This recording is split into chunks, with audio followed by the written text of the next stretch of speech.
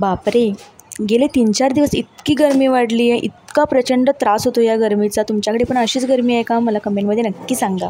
हाय, hello, नमस्कार. मी किरण. कसे आहात तुम्ही सगळे? आय होप तुम्ही सगळे ठीकच असाल. आणि आजचं वातावरण खूप छान होतं, म्हणजे सकाळपासूनच अगदी ढगाळ वातावरण झालं होतं खूप जास्त. आणि तसं बघितलं तर बरेच 1-2-3 दिवस झाले असं वातावरण होतं आहे, पण पाऊस काही पडत नाही आहे. पण आज कुठे ना कुठे वाटत होतं की हां, पाऊस पडणार. आणि वातावरण इतकं मस्त झालं होतं, खूप छान वाटत होतं.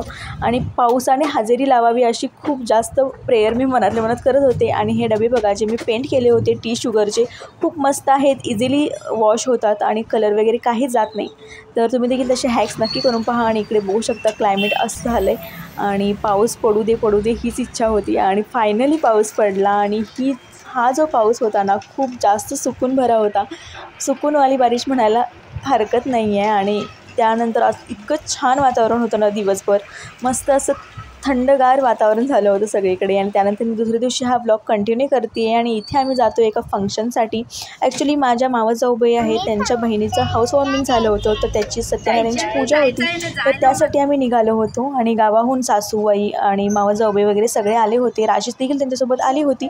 तर तेच काही क्षण मी टिपलेले आहेत. तर तुम्ही ब्लॉग कंटिन्यू बघा. आवडलं तर नक्की लाईक करा. आणि व्हिडिओच्या शेवटी झटपट असं होणारं फोडणीचं लोणच्याची रेसिपी मी शेअर केलेली आहे, तीही पहा. ब्लॉग आवडला तर नक्की लाईक करा.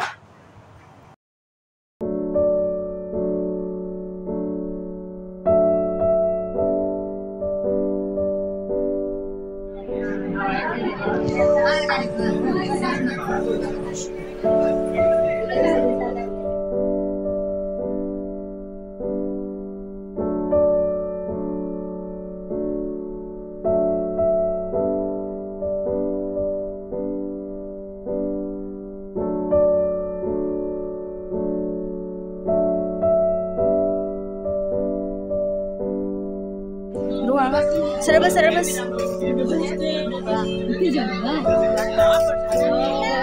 त्याला मीठ लावून ठेवलेलं आहे. आणि उद्या बाकीच्या फोडणी वगैरेला देऊन लोणचं बनवणार आहे. सो उद्या कंटिन्यू करणार आहे ब्लॉग, तर नक्की बघा. तर इथे मी या आंब्याच्या फोडी करून घेतल्या होत्या आणि रात्रभर याला मिठामध्ये ठेवलं होतं. त्यामुळे इकडे बघू शकता मिठाचं पाणी सुटलं आहे. आणि ते फेकायचं वगैरे नाही, आपल्याला असं ठेवायचं आहे. आणि इथं जास्त काही नाही, मोहरी आहे, जिरं आहे, आणि त्याचबरोबर हा लसूण आहे, थोडा ठेचून घेतलेला आहे. आणि इतक्याच गोष्टी मी घालून फोडणी करणार आहे. तर चला सुरुवात करूया. तर इथे मी कढई ठेवलेली आहे.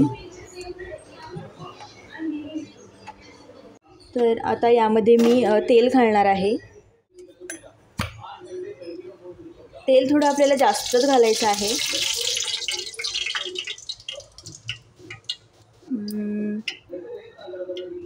तेल व्यवस्थित गरम झालं की त्यामध्ये आपल्याला बाकीचं जिन्नस सगळं घालायचं आहे. आता व्यवस्थित गरम झालेलं आहे. त्यामध्ये मी हे जिरं आणि मोहरी आहे, मोहरीचं प्रमाण थोडं जास्त आहे जिऱ्यापेक्षा, ते यामध्ये घालायचं आहे.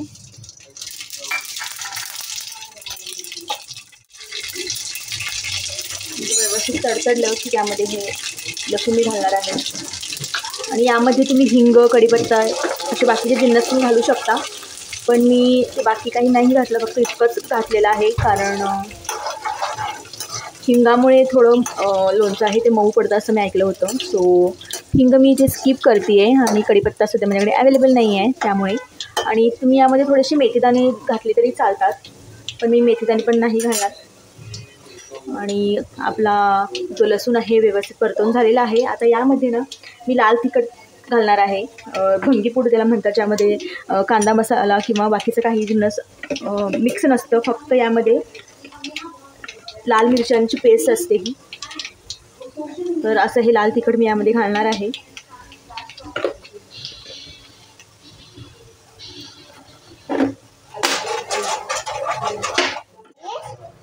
तर आता या फोडणीमध्ये आपल्याला